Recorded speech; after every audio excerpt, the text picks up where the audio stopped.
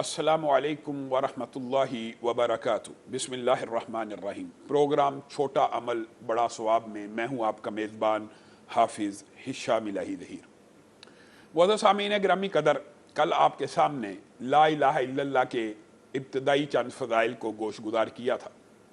نبی کریم صلی اللہ علیہ وسلم نے ارشاد فرمایا، جو بندہ خلوص نیت سے لا الہ الا اللہ کہہ دیتا ہے، صرف ایک مرتبہ زبان سے ایک مرتبہ لا الہ الا اللہ کہنا، اس کے اندر بہت بڑی عاجزی ہے، بہت بڑی انکساری ہے۔ ہم نے اس کی ٹرانسلیشن کے اوپر کبھی غور نہیں کیا۔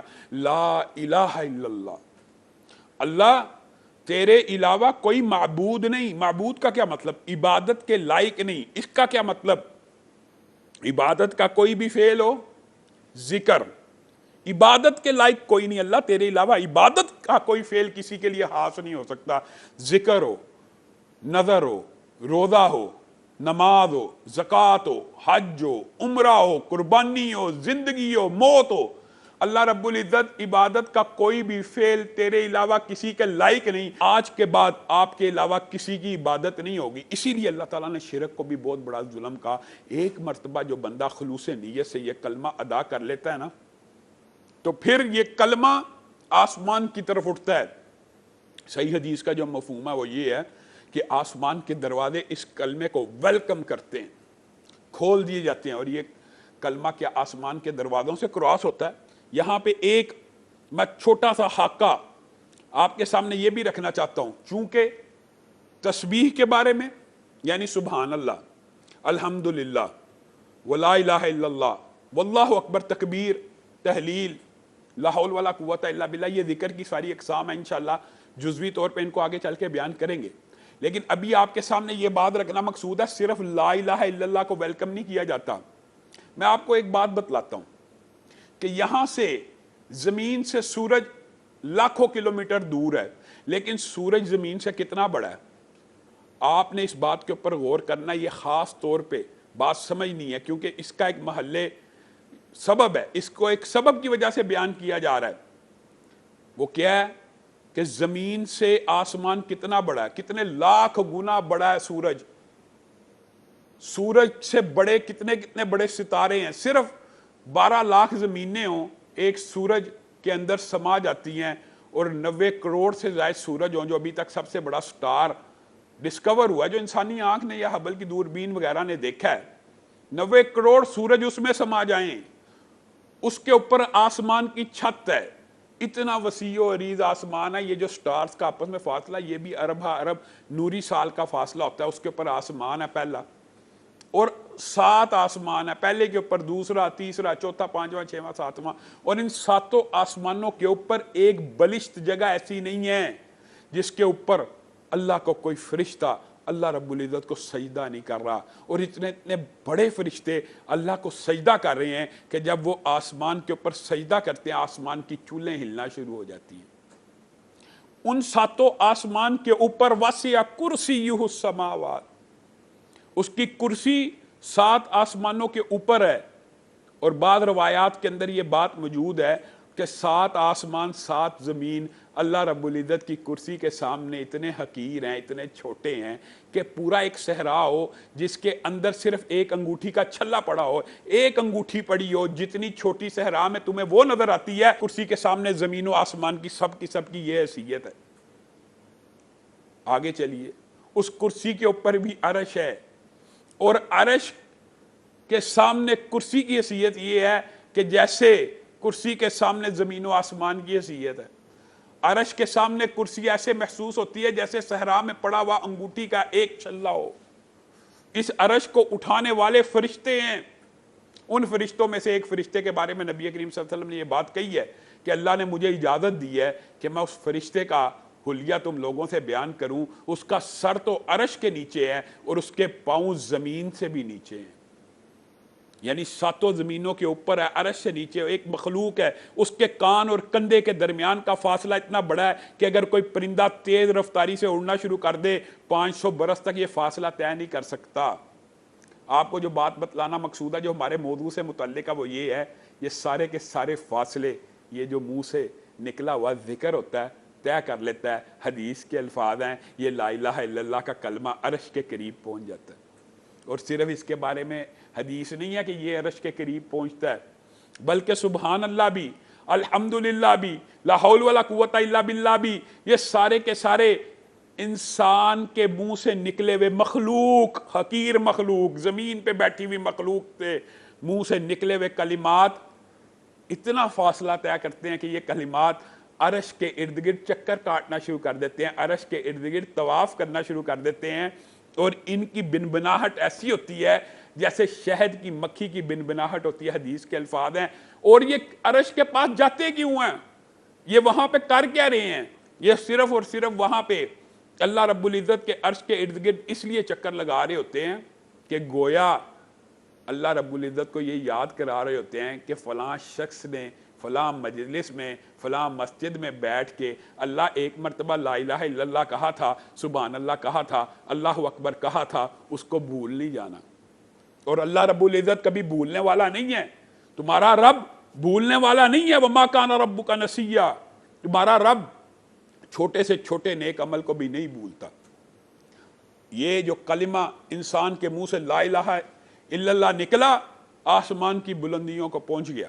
آگے چلیے، لا الہ الا اللہ کے جو میں نے آپ سے پہلے بات کی تھی کہ لا الہ الا اللہ وحدہ لا شریک لہ لہ الملک ولہ الحمد وہو علی کل شیء قدیر، یہ لازمی ہر بندے نے دعا یاد کرنی ہے. اس دعا کا بہت بڑا اجر و ثواب ہے. اس کی بھی وجہ یہ ہے کہ اس دعا کے اندر لا الہ الا اللہ موجود ہے. اور لا الہ الا اللہ کی فضیلت جو آپ کے سامنے اس دعا کی رکھنی ہے، آپ اس کے اوپر غور کریں. نبی کریم صلی اللہ علیہ وسلم کی پہلی حدیث کہ جو بندہ 100 مرتبہ یہ کلمہ پڑھتا ہے، لا الہ الا اللہ وحدہ لا شریک لہ لہ الملک ولہ الحمد وہو علی کل شیء قدیر، 100 مرتبہ پڑھتا ہے، اس کے اتنے درجات بلند ہوتے ہیں، 100 نیکیاں ملتی ہیں، 100 درجے بلند ہوتے ہیں، 100 گناہ معاف ہوتے ہیں. لیکن جو خاص ثواب بیان کیا وہ کیا ہے کہ وہ 10 اسماعیل کی اولاد میں سے غلاموں کو آزاد کرنے کا جو ثواب ہے نا، اسماعیل کی اولاد یعنی حضرت اسماعیل پیغمبر کی اولاد میں سے کوئی 10 لوگ غلام بنا دیے جائیں، ان غلاموں کو آزاد کرانے کا جو ثواب ہے 100 مرتبہ پڑھو گے تو 10 غلاموں کو آزاد کرنے کا ثواب مل جائے گا. آپ بتائیے اس سے مراد کیا ہے کہ 10 مرتبہ پڑھنے سے ایک غلام کو آزاد کرنے کا ثواب ملتا ہے. لیکن نبی کریم صلی اللہ علیہ وسلم امت کے اوپر رحم کرنے والے ہیں اور اللہ رب العزت بھی رحم کرنے والے ہیں. نبی کو پتہ ہے، اللہ کو بھی پتہ ہے کہ بعض امتی ایسے ہوں گے جو 100 مرتبہ تو نہیں پڑھ سکیں گے. ویسے میں آپ کو ایک بات یہاں پہ یہ بھی کہنا چاہتا ہوں کہ جادو جنات کے حوالے سے جتنا مرضی پرانا جادو ہو، جنات ہو، شیطانی عمل ہو، اثرات ہوں، یہ گارنٹی ہے جو بندہ 100 مرتبہ صبح اور شام یہ وظیفہ کرتا ہے، یہ بھی حدیث کے الفاظ ہیں، ہر شیطانی چیز، ہر جناتی چیز، ہر اس طرح کی شریر چیز اس سے دور ہو جاتی ہے. لیکن جو چھوٹا عمل بڑا ثواب کے حوالے سے ہے، یہاں تک ابھی حدیث سے پتہ لگتا ہے کہ 10 مرتبہ پڑھا ایک غلام کے آزادی کا ثواب مل گیا، کیونکہ 100 مرتبہ پڑھنے کا 10 ہے. لیکن امت کے بارے میں اندازہ ہے کہ یہ امت اتنا نہیں پڑھ سکے گی، تو حدیث میں آیا، نبی کریم صلی اللہ علیہ وسلم نے بھی تخفیف کی، اللہ نے بھی تخفیف کی کہ جو صرف 10 مرتبہ پڑھ لیتا ہے نا، اس کو 4 غلاموں کی آزادی کا ثواب مل جاتا ہے اسماعیل کی اولاد میں سے. یعنی 10 مرتبہ، ایک اس کا نتیجہ کیا نکلا کہ 2.5 مرتبہ پڑھنے سے ایک غلام آزاد ہو گیا. 10 مرتبہ پڑھو گے 4 غلاموں کی آزادی کا ثواب مل گیا. لیکن اللہ کو پتہ شاید کوئی ایسے ہوں جو 10 مرتبہ بھی نہ پڑھ سکیں، تو ان کے لیے اللہ رب العزت نے اور نبی کریم نے یہ آسانی کر دی. حدیث کے الفاظ ہیں جو 1 مرتبہ بھی پڑھ لے گا نا، صرف 1 مرتبہ، چھوٹا عمل بڑا ثواب. بتائیے وہ صحابہ کتنے پیسے لگا کے غلاموں کو آزاد کیا کرتے تھے. ہم 1 سیکنڈ کے اندر یہ کلمہ پڑھ سکتے ہیں. اور حدیث کے الفاظ یہ ہیں کہ جو صرف 1 مرتبہ بھی پڑھے گا وہ اولاد اسماعیل میں سے گویا اس نے ایک غلام کو آزاد کر لیا. معزز سامعین گرامی قدر، یہاں پہ ہم لیتے ہیں ایک چھوٹا سا وقفہ، اور وقفے کے بعد دوبارہ آپ کی خدمت میں حاضر ہوں گے. Welcome back. پروگرام چھوٹا عمل بڑا ثواب میں ایک مرتبہ پھر خوش آمدید. لا الہ الا اللہ کے حوالے سے چند گزارشات کو آپ کے سامنے رکھ رہے تھے، اور ایک کلمے کی فضیلت آپ کے سامنے بیان کی، پہلے 100 مرتبہ پڑھنے سے 10 غلاموں کی آزادی، پھر 10 مرتبہ پڑھنے سے 4 غلاموں کی آزادی، پھر 1 مرتبہ پڑھنے سے ہی 1 غلام کی آزادی. اور یہ اللہ رب العزت کی طرف سے امت کے اوپر اور نبی کریم صلی اللہ علیہ وسلم کی طرف سے یہ اللہ کا تحفہ ہوتا ہے، یہ صدقہ ہوتا ہے جسے مجھے اور آپ کو قبول کرنا چاہیے. اور یہ بات مسلمہ ہے کہ جو اجر و ثواب میں زیادہ بات بیان کی جاتی ہے وہی راجح بھی ہوتی ہے اور یہ اللہ تعالیٰ کی طرف سے عطا بھی ہوتی ہے. لا الہ الا اللہ ایک ایسا کلمہ ہے جو حقیقت میں جس کا ادراک اور شعور میں اور آپ صحیح معنوں میں کر نہیں سکے. حضرت طلحہ بن عبید اللہ ایک دن پریشان پھر رہے ہیں. حضرت عمر نے کہا کیا ہوا، کس وجہ سے پریشان ہو؟ کیا ابو بکر کی عمارت کی وجہ سے کوئی تمہارے ذہن میں اشکالات آ رہے ہیں؟ نہیں نہیں نہیں، ابو بکر کی عمارت کے حوالے سے کیوں اشکال آنے ہیں؟ انہوں نے حضرت ابو بکر کے بارے میں تعریف کی، توصیف کی. تو کہا پھر کیا وجہ ہے؟ کہا نبی کریم صلی اللہ علیہ وسلم نے ایک مرتبہ کہا تھا ایک کلمہ ایسا ہے جو انسان موت کے وقت پڑھے تو سارے کے سارے غم دور ہو جاتے ہیں اور اس بندے کا چہرہ روشن ہو جاتا ہے. یہ دیکھیں 2 فضائل کلمے کے اندر، سارے کے سارے غم دور. یہ جو الفاظ ہیں موت کے ساتھ اس کی کیا مطابقت اور مناسبت ہے؟ میں آپ کو ایک بات بتاتا ہوں. جب انسان دنیا سے جا رہا ہوتا ہے نا، وہ لمحات مومن کے لیے تو اتنے ٹف اور سخت نہیں ہوتے، لیکن بندہ فاسق اور فاجر کے لیے بہت ٹف اور سخت ہوتے ہیں. لیکن مومن بھی اس وقت اس غم میں ضرور ہوتا ہے کہ میرے بعد میری اولاد کا کیا بنے گا، میرے بعد میرے پیچھے رہ جانے والوں کا کیا بنے گا. انسان اس سوچ میں مشغول ضرور ہوتا ہے میں نے ساری زندگی جو چیز کمائی وہ میں چھوڑ کے جا رہا ہوں، میرے بیوی بچے یہاں رہ کے جا رہے ہیں، میرا مال دولت پتہ نہیں کس کے ساتھ کیا کیا ظلم کرتا رہا وغیرہ وغیرہ. یہ باتیں تو فاسق و فاجر سوچتا ہے، لیکن بندہ مومن کے اندر بھی یہ احساس اور جذبات تو ہوتے ہیں نا، میں دنیا سے جا رہا ہوں، اللہ میری اولاد کو نیک بنائے، میری بیوی کا کیا بنے گا، بچوں کا کیا بنے گا. یعنی غم کی جو کیفیت ہوتی ہے یہ ہر موت کے اندر جانے والے کی ہوتی ہے. تو نبی کریم صلی اللہ علیہ وسلم نے کہا تھا ایک کلمہ ایسا ہے جو موت کے وقت کے غم کو دور کر دیتا ہے اور چہرے کو روشن کر دیتا ہے، کھلا ہوا کر دیتا ہے، مسکراتا ہوا کر دیتا ہے. سکن روشن ہو جاتی ہے، چہرہ روشن ہو جاتا ہے. کئی مرتبہ آپ نے میتوں کو دیکھا ہوگا ایسے محسوس ہوتا ہے جیسے مسکرا رہی ہیں. تو وہ کلمہ میں نے نبی کریم صلی اللہ علیہ وسلم سے، طلحہ بن عبید اللہ کہتے ہیں، پوچھنا تھا، لیکن نبی کریم صلی اللہ علیہ وسلم کا انتقال ہو گیا اور میں نبی کریم صلی اللہ علیہ وسلم سے نہ پوچھ سکا. حضرت عمر نے کہا یار یہ کیا بات کی ہے آپ نے، وہ کلمہ مجھے معلوم ہے، کیا آپ نہیں سمجھتے کہ آپ کو پتہ ہے؟ طلحہ بن عبید اللہ نے کہا بتائیے وہ کلمہ کون سا ہے؟ حضرت عمر نے کہا وہ لا الہ الا اللہ کا کلمہ ہی تو ہے. تو حضرت طلحہ بن عبید اللہ نے کہا ہاں اللہ کی قسم اس کلمے کے علاوہ وہ کوئی کلمہ نہیں ہو سکتا. یعنی موت کی وقت جب انسان غموں کے پہاڑ اس کے اوپر ٹوٹ رہے ہوتے ہیں، فاسق و فاجر کے اوپر تو بہت زیادہ ٹوٹ رہے ہوتے ہیں، لیکن کئی مرتبہ ان کی زبان سے بھی لا الہ الا اللہ جاری ہو جاتا ہے تو اللہ ان کا بھی غم دور کر دیتا ہے، ان کا بھی چہرہ روشن کر دیتا ہے اور اس لا الہ الا اللہ کی برکت اور فضیلت کی وجہ سے ان کو بھی جنت میں داخل کر دیتا ہے. چند ایک واقعات اس حوالے سے آپ کے گوش گزار کروں گا، لیکن حضرت نوح کی وصیت کے اوپر غور کریں. حضرت نوح کہہ رہے ہیں کہ 7 آسمان 7 زمینیں اے بیٹے ایک پلڑے کے اندر ہوں اور تنہا لا الہ الا اللہ دوسرے پلڑے میں ہو تو لا الہ الا اللہ کا پلڑا بھاری ہوگا. 7 زمینوں کو 7 آسمانوں کو ایک زنجیر میں جکڑ دیا جائے.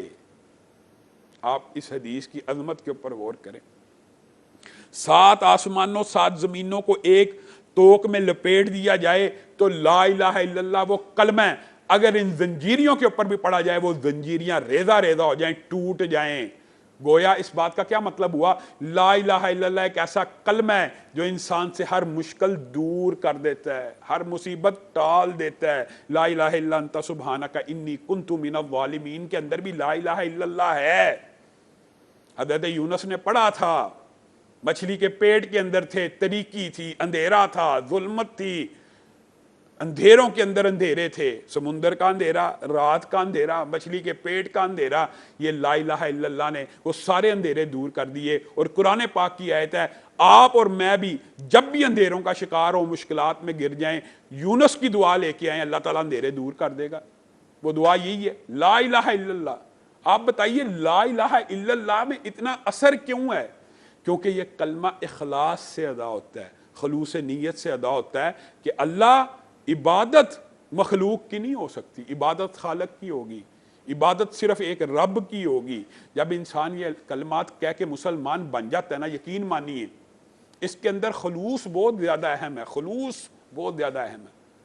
آپ اس بات کے اوپر غور کریں کہ کئی مرتبہ انسان آخری لمحات میں ہوتا ہے، اور یہ صحیح حدیث آپ کے سامنے رکھتا ہوں، نبی کریم صلی اللہ علیہ وسلم نے ارشاد فرمایا انسان جنتیوں والے کام کرتا رہتا ہے کرتا رہتا ہے کرتا رہتا ہے، جنت ایک ہاتھ کے فاصلے پہ رہ جاتی ہے، ایسا عمل کر اٹھتا ہے کہ جہنم میں داخل ہو جاتا ہے، اور جہنمی جہنم والے عمل کرتا رہتا ہے کرتا رہتا ہے کرتا رہتا ہے کہ ایک ہاتھ کا جہنم سے فاصلہ رہ جاتا ہے، بالآخر ایک ایسا عمل کرتا ہے جنت میں داخل ہو جاتا ہے۔ وجہ کیا ہے؟ محدثین نے وجہ لکھی ہے کہ دونوں میں ایک فرق ہوتا ہے، نیک عمل کرنے والا کر تو نیک عمل رہا ہوتا ہے لیکن اس کی نیت میں لا الہ الا اللہ کا اخلاص نہیں ہوتا، بالآخر اس وجہ سے آخر میں اللہ اس کا اندر ظاہر کر دیتا ہے۔ اور ایک مشہور واقعہ اس حوالے سے سکا کہ ایک شخص خانہ کعبہ کے اندر کھڑا ہوا دعا کر رہا ہے، اللہ خاتمہ بالخیر فرما، خاتمہ بالخیر فرما، آخری وقت کو اچھا فرمانا، آخری وقت بہکانا نہیں۔ اس سے پوچھا گیا تم یہ کیوں کر رہے ہو؟ کہا میرا ایک بھائی تھا، اتنا نیک تھا، ہم اس کے سامنے کوئی نیک نہیں تھے، آخری لمحات تک نیکی کرتا رہا، جس دن اس نے دنیا سے جانا تھا بہت تکلیف میں تھا، ہم سارے بھائی قرآن پکڑ کے اس کے پاس کھڑے تھے کہ اس قرآن کو پڑھ لے۔ اس کے منہ سے معاذ اللہ الفاظ نکلے کہ میں اس کتاب کے اوپر ایمان ہی نہیں لاتا، اس نے میری کون سی مشکل حل کی ہے، اتنا میں پریشان ہوں، آخری لفظ ادا کیے دنیا سے چلا گیا۔ جنتیوں کے عمل ساری زندگی کرتا رہا، آخر میں یہ الفاظ کہہ دی۔ اور دوسری طرف سعودی عرب کا مشہور واقعہ اس کی اخباروں میں چھپا ہے، ایک بندہ ہے اس کو خواب آ رہی ہے، کس قسم کی خواب آ رہی ہے کہ فلاں ٹیلی فون نمبر پہ فون کر اس بندے کو عمرہ کرا۔ اس بندے نے ایک دفعہ خواب دیکھی، اس نے اس بات کو اگنور کیا، دوسری تیسری 4-5 مرتبہ اس کو خواب آئی، کسی عالم کے پاس گیا، اس نے کہا یہ خواب آتی ہے، کہا اس نمبر پہ ٹرائی تو کرو، اگر تمہیں نمبر بھی یاد ہو گیا۔ نمبر پہ ٹرائی کیا، ایک بدو ہے، نہ نمازی ہے نہ روزے رکھنے والا ہے مسلمان ہے، لا الہ الا اللہ کا اقرار اس نے کیا ہوا۔ اس کو کہا اس طرح مجھے خواب آتی ہے عمرہ، کہتا میں نے تو سعودی عرب میں رہتے ہوئے میں نے زندگی میں کبھی عمرہ نہیں کیا، زندگی گزر گئی عمرہ نہیں کیا، میں نہیں آتا۔ اس نے کہا میں تیرا سارا خرچہ اٹھاؤں گا، آ جا، ہر بات مذاکرات طے ہو گئے کہ تو مجھے یہاں سے لے کے جائے گا، چھوڑ کے جائے گا، ہوٹل کا خرچہ کرے گا وغیرہ وغیرہ میں کر لوں گا۔ وہ اس کو لے کے آیا، عمرہ کیا۔ اس شخص نے زندگی کا پہلا عمرہ کر رہا ہے، ساری زندگی نہ نماز پڑھی ہے نہ نیکی کا کام کیا، لیکن یہ لا الہ الا اللہ کی برکت ہوتی ہے، خلوص نیت ہوتی ہے۔ اس بندے نے عمرہ کیا ہے، واپس باہر نکلنے لگا، اس بندے کو کہتا میں اللہ کی بارگاہ میں 2 سجدے کرنا چاہتا ہوں، 2 رکعت نفل پڑھنا چاہتا ہوں، پتہ نہیں زندگی میں دوبارہ خانہ کعبہ آنے کا موقع ملے کہ نہ ملے۔ کہتا دوسری رکعت میں سجدے میں گیا ہے، اسی وقت روح جسم سے جدا ہو گئی، میں نے اس کی میت کو پکڑا، اس کے گھر میں لے کے آیا، اس کے کفن دفن کا انتظام کیا۔ میں نے اس کی بیوی سے پوچھا کہ کیا ماجرا ہے، اتنا اچھا انجام، اتنا عمدہ معاملہ؟ کہا ایک بات تو یہ ہے، اس کی بیوی نے کہا کہ مجھے 2 باتیں سمجھ آتی ہیں، واقعی نمازی نہیں تھا، واقعی عبادت گزار نہیں تھا، لیکن اللہ تعالیٰ نے جو رحمت کیا نا، ایک تو زندگی میں اس نے کبھی شرک نہیں تھا کیا، لا الہ الا اللہ کے اوپر کاربند تھا، کبھی اللہ کے علاوہ کسی کو سجدہ، رکوع، نظر، نیاز، کوئی عبادت کا فعل نہیں کیا۔ اور دوسری بات یہ کہ ہمارے ہمسائے میں ایک بیوہ رہتی تھی، اپنے گھر میں جو کھانا لاتا تھا نا اس کے گھر کے باہر رکھ دیتا تھا، وہ پردہ دار عورت تھی، اس نے کبھی اس کو نظر اٹھا کے نہیں تھا دیکھا، اور بیل بجاتا تھا اور کہتا تھا اماں جی آپ کے لیے کھانا لے کے آیا ہوں، آپ پکڑ لیں، اور خود لے پلٹ آتا تھا وہ عورت، تھیلا اٹھاتی تھی، اور میں نے اپنی کانوں سے کئی مرتبہ اس کے الفاظ سنے، اللہ اس بندے کا خاتمہ بالخیر فرما دینا، اللہ اس بندے کا انجام اچھا کر دینا۔ تو مجھے تو یہی 2 باتیں نظر آتی ہیں۔ معزز سامعین گرامی قدر، یہ بھی حدیث صحیح ہے کہ لا الہ الا اللہ اکیلا کئی گناہ گاروں کے کل قیامت کے دن پلڑے میں لایا جائے گا، ان کی ایک نیکی بھی نہیں ہوگی، صرف لا الہ الا اللہ ان کے پلڑے میں ڈالا جائے گا۔ معاذ اللہ، یہ نہیں آپ کو کہہ رہا کہ عمل کی راہ کو اختیار نہیں کرنا، یہ خلوص نیت کی بات ہو رہی ہے کہ آخری وقت کے اندر جو خلوص نیت سے یہ کلمہ کہہ دیتا ہے، اللہ رب العزت اسے جنت الفردوس میں داخل کر دیتے ہیں۔ یہاں پہ آج ہم لیتے ہیں آپ سے اجازت، انشاءاللہ کل ایک نئے پروگرام کے ساتھ آپ کی خدمت میں حاضر ہوں گے۔ والسلام علیکم ورحمۃ اللہ وبرکاتہ۔